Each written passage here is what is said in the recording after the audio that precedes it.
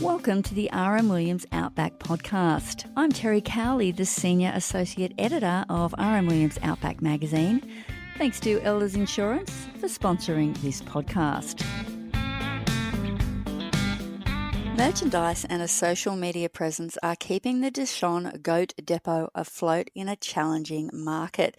To share with us the slightly madcap world of the Deshon Goat Depot, I'm joined by Simon, better known as Siggo Deshon, one of the key members of the Deshon family who makes it all happen. Hi there, Siggo. Hi, Terry. Great to be with you. I should have asked you if I should call you Siggo, or will we stick with the more formal Simon? I answered a Siggo, and I definitely urge friend. Terry, you're now in the friend. So no, Siggo's fine. Thank you. Well, I think the name kind of suits what we're going to talk about. So you grew up near Lightning Ridge, and your family has a business drafting goats and cropping. Tell me a bit about the family business, what they do and where they do it. That's right. The goats is in the lifetime of the farm at Lightning Ridge at Glenillo is where the goat depot is situated. What are we third or almost fourth generation out there now with the boys coming along. It's traditionally sheep and wool producing, moved into cattle, and then of recent time, in the last 10 years, the goats have always existed out there from earliest memories. There's always been goats getting in amongst the sheep. We'd go and round up the sheep, and there'd always be the odd goat with an identity crisis in amongst the sheep coming in for shearing. And it was always a sort of like, oh, let's remove the goat, let them go back to the wild. But then, of course, there's some country around the farm and in that region where it's particularly thick and scrubby land where, it was quite difficult to get vehicles into, and it was almost horseback or walk in and out. Motorbikes it was almost too thick to get into. And then that's where the goats sort of bred up, and the fencing out there, obviously, 10, 20, 30 years ago, the goats were amazing at getting through fences. So they sort of existed and bred up and moved between properties. They certainly didn't have a home, if you like. They'd sort of moved to where, and they always looked amazing, these goats. And apart from every now and then, we might get an eclectic visitor that would come and, ask permission to butcher a goat, and we'd often look at them oddly, thinking, why would they, we've got this lovely mutton and lamb here, and this person's out there eating this delicious goat meat. And then, of course, that's right. So then the goats sort of came under the crosshairs of my brother Nick. He sort of noticed there was a market, and I remember 20 years ago we would attempt to round them up and try and catch them, and we'd have a hell of a time. It was a lot of fun and a lot of high speed and almost chasing them, but we'd often get very excited because there'd be large numbers. But often by the time we got them to the yard, they were such incredible athletic things, almost like deer, that they wouldn't respect the motorbike, they wouldn't respect fences. So we'd often arrive back at the yards with a hatful of goats. And so then Nick then started to improve gradually over time the almost goat proofing parts of the farm. So that's where the depot, I guess, spawned, one paddock at a time, if you like, and he converted one of the older shearing sheds at one end of the farm into a goat processing, or goat yards, if you like. So, heightened the fences, buried some fencing into the earth as well, so they couldn't go under, they couldn't go over. So I guess that was it. It was a very gradual improvement, if you like. And then, of course, and then Nick was doing some research into maybe motorised isn't the most effective way of capturing the goats, and there are other methods, of course, with how to get large numbers with minimum effort. And that's, I think, there was a water trap that Nick employed, which was, essentially they'd come into water and they could enter and not leave, sort of thing, around these dams in the goat area. I think that started to get really exciting because you'd crest the bank of the dam and there'd be, lots and lots of colours and smelly and hairy goats all captured. I think that definitely did excite Nick, and see this is definitely something that, look at these numbers. The numbers were astonishing. I mean, the goats that were breeding in the wild, moving from farm to farm, and the speed of how their numbers would build was absolutely astonishing. I remember that, thinking the season's terrible, when there was no grass. It was often quite a bad season, and yet the goats looked amazing, and the numbers they were swelling. They're actually doing really well. Don't know what they're eating exactly, but that's sort of the gradual how it came around, seeing them, and then slowly working out a way of capturing them and working them in the yards. So then, and then fast forward to 20, 25 years later, through sort of spreading the word and promoting his what Nick does there. He's got three boys now who have all finished school, and they're sort of at an age where they're looking to get their teeth into things. So the promotion in the area, Nick's able to take in goats from the region, so people that don't have these special fences and they don't have these special yards, but they do have a vehicle and they do have a way of capturing the goats. So they'll then pop the goats in their vehicles and drop them off at Nick's depot, if you like, and Nick can hold on to them and build numbers. And I remember that, sort of being amazed that Nick could get a call saying, "Oh, hi Nick, yeah, I've got a goat, or I've got goats for you. Can I drop them off?" And Nick will discuss on the phone and work out a price, and then he'll go down the road, and I'll jump in with him and go down the road to meet. Often a sedan, or a hatchback car with a goat on the back seat. Nick could then release the goat in with the mob. So and I think promotion part, because often people would come along and they'd want to meet Nick, and goats were exciting and they were and new and different. So they'd often say, "Oh, I went out to see Nick," or how do I get in contact with Nick, or who's taking goats, who's paying for goats, etc. I was in England at the time, and Nick said to me, "Listen, let's look at something I can give the drivers, or I can give the people that are dropping goats off, something to take away from the farm." Before we get on to your role, I just wanted to ask you a bit about growing up. So, Siggo, you were the youngest of 5 boys by 4 years. What was it like growing up out there? Oh, yes. That's a really good question. I was the youngest of five brothers. That's right, and I have absolutely fond memories of the lifestyle out there and growing up there. I think what hit home was how special I had it. Was we would travel on the bus into the primary school into Lightning Ridge. It was 38, about 40-minute drive on the bus on a gravel road, and interact with the friends at primary school. And I was allowed to have friends home on my last year in primary school. So when I was in year 6, it was like, "Simon, it's your time to have your friends home from school." So I'd invite my town friends home to the farm. Yeah, and I just remember that. I remember looking, as would get out at the farm. I remember looking around at these guys, and they just couldn't get over there's motorbikes over there, there's horses over there, there's chickens, there's pigs. I remember them just being overwhelmed, these guys, of looking around at something I'd grown up with. And I remember thinking, that was pretty special, having all those opportunities and, driving vehicles and, I don't know, taking on responsibilities and things like that as well. Often the parents are away, and also I want to add as well, Terry, that the town of Lightning Ridge as well was just such an interesting place, and school friends were in primary school were an incredible mix. I think Lightning Ridge, it attracts a certain dynamic. There's of course there's the opals, there's the healing qualities of the artesian water, and there's people that just want to get away from it all as well. So there was people from all over the world who were my classmates at Lightning Ridge, and really fond memories of growing up out there. So a really interesting upbringing, but you weren't really hands-on at the farm so much as your brothers when you were growing up. You had interests elsewhere. Absolutely, and I think I was encouraged as well by mum and dad, just because, well, mum would say as well that I was supposed to be the girl, and she even had a name picked out for me. So they just dropped the E off Simone. Really? Oh, absolutely, yeah. I was supposed to be Simone. Wow. But, Well, I'm Terry, so what? My parents didn't even bother.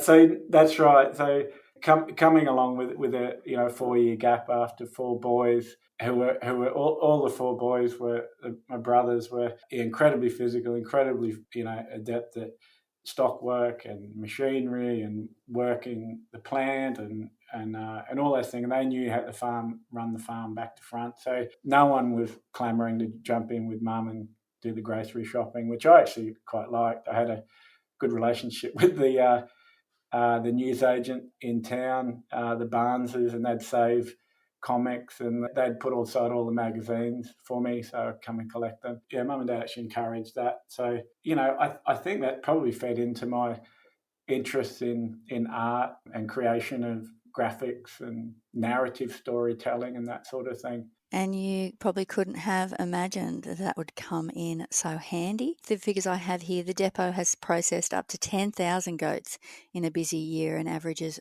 3 to 4,000. And a couple of years ago, goat prices were really peaking. Then, despite a run of 3 good seasons, the market slumped. And I guess those skills that you've been talking about, you were able to apply them to the family business. Tell me all about that. Yeah, great question, Terry. I was forever sort of keeping in contact with the farm, coming back to the farm, bringing my children to the farm, and and seeing how the farm has expanded and how it's improving. And I think what was really exciting for me was seeing the new generation growing up. So Nick's boys, all the cousins, nieces and nephews growing up, the other boys, Ben and Sam's children all growing up. That there was this network already, a network of that generation of people. And they were always saying, I noticed one of the truck drivers had on I think we did a run of terrible trucker hats, I think initially, which fell apart as soon as you put them on.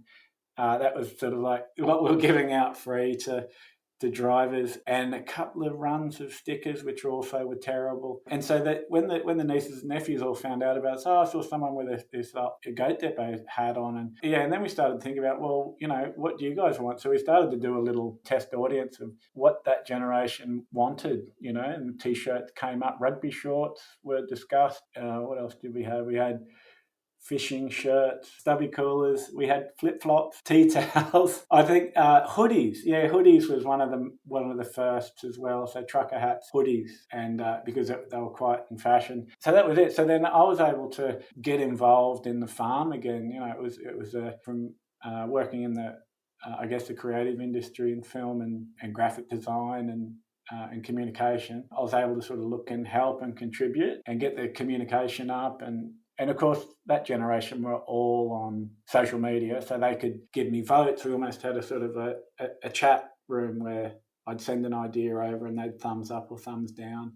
So it certainly wasn't just sort of putting together a concept and just launching it. It was always go through the committee, if you like. So it was a really nice, it still is a really nice way of keeping contact and seeing what they like. And of course, as that generation get older, their tastes change, and so hence we've got a bit of a more mature, a tote bag, if you like, for your shopping, and so things are sort of changing slightly in the taste, but at the heart of it, it's listening to those guys and seeing what they like, and they're really good because it's family. They don't mix their words. They'll tell you honestly if something's not right. So there's been a lot of launches that have been pulled and.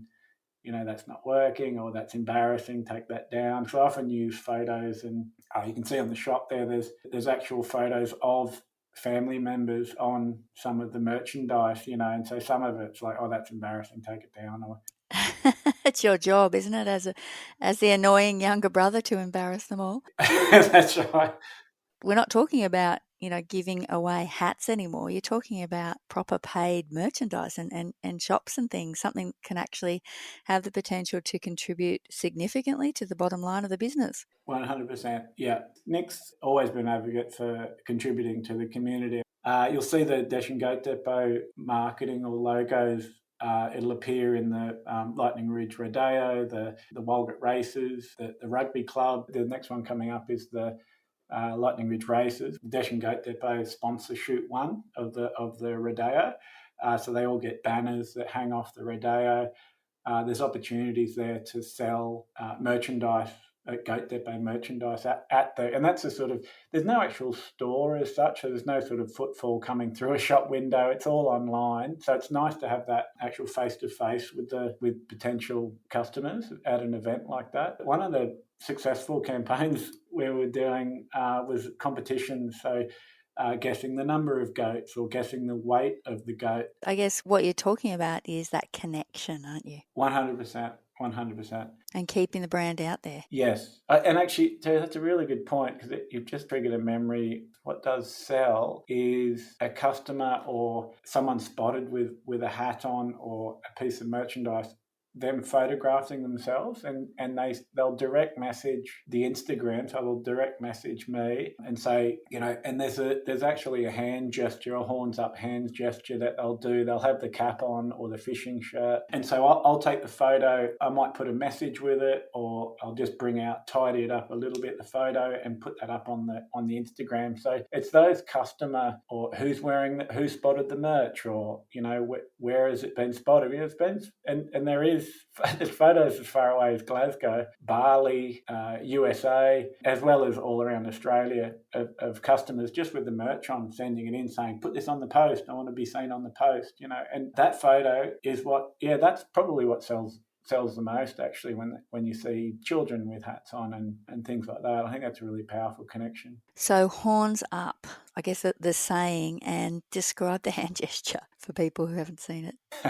It's not rude. It's not rude. No, not at all. Not at all. And if I'm describing it, essentially, it's raising your pinky finger and your pointer finger to the sky and bringing your thumb up and holding the two middle fingers down behind the thumb. Now, the big thing is to make sure you face palm out, so the thumb is facing towards the person you're giving horns up to, because if you flip it, I believe that's a sign of the devil. So it's polite. It's polite to show them the face of the goat, which is the thumb. Are you trying it? So I'm doing it now. So it looks like it's, yeah, I'm doing it now. I didn't realise it was so involved. So thank you for that little rundown there. So it's a goat. It's a goat head, right? It's a goat head. That's right. So the thumb is the snout, and then the eyebrows are your two middle fingers, and then you've got your horns, little finger and pointer finger. Look, I mean, this might rival the R.M.Williams Longhorn one day. You never know. I don't know about that, but it's hilarious. But I do get a lot of enjoyment of scrolling through the Instagram and seeing the variations on it. It's fantastic. I think R.M.Williams needs to come up with a sort of a longhorn hand symbol, definitely.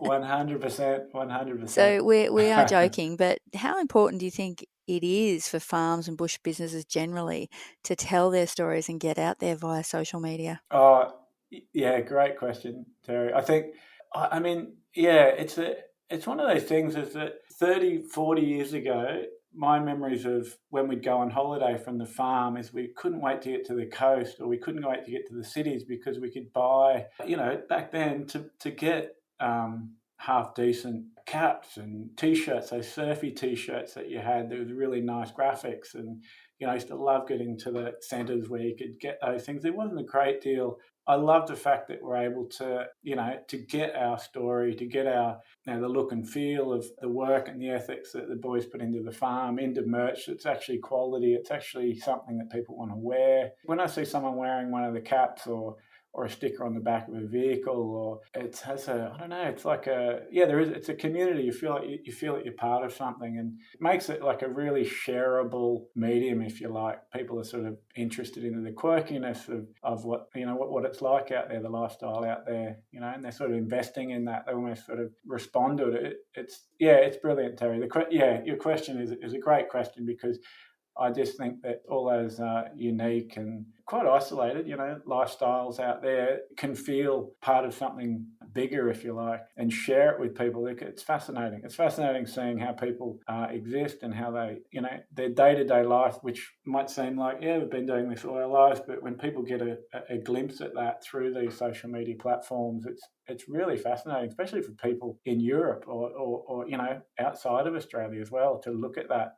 They see this goat lifestyle and think, well, really? You chase them on motorbikes?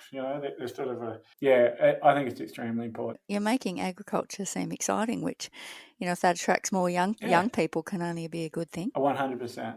Yeah, 100%. Agriculture now I'm looking at it from a image making skills or graphic design skills or narrative storytelling skills, looking at the environment out there, looking at the upbringing and the uniqueness and the quirkiness of it, and trying to visualize that, if you like, and trying to create something that allows more people to that sort of lifestyle, I guess. How are things going with the business now? Numbers are up with Goat, Nick's boys, Jack, Harry and Tom. They've each done a number of years up north in the territory. You got Nick the boss, and then you've got these three, and then Kath, of course, and it's just seeing how the dynamic of that, the next sort of 5 years or next decade, and they're all deeply invested and passionate about Lanillo and the Goat Depot and how to just keep improving on all the good work. To finish up talking about your merchandise, is it true that you've been thinking about some Goat Depot budgie smugglers? Is this true?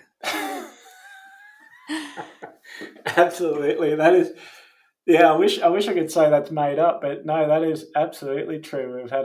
We had a mock-up put together. What the scary thing is there's no shortage of models. They can't wait to get these things on. And I'm just terrified of what they'll look like and because they want a goat on it, obviously, and there's horns involved. So I'm just terrified of where those... Yeah, that's a tricky one. Could go in a number of different directions.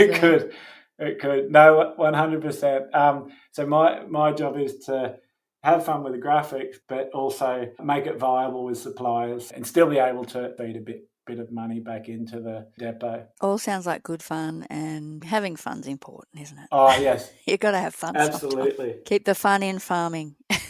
Put the fun in farming. That's good. You only got to scroll down the Instagram, and I've just been doing this while we speak, Terry. And yeah, there is fun. That's a good word, because there are people there with smiles on their faces, and they're from all walks of life. Well done on the work that you've done, and I wish you and the family business all the best for the future. And I guess horns up. Terry, it's been an absolute pleasure. Thank you very much. Absolutely delighted to be part of it. Thank you for your time, Siggo. This interview was based on a story by Mandy McKeesick on the Deshon Goat Depot, which appears in issue 153 of Outback magazine. Thanks so much for listening to the podcast. Talk to you soon.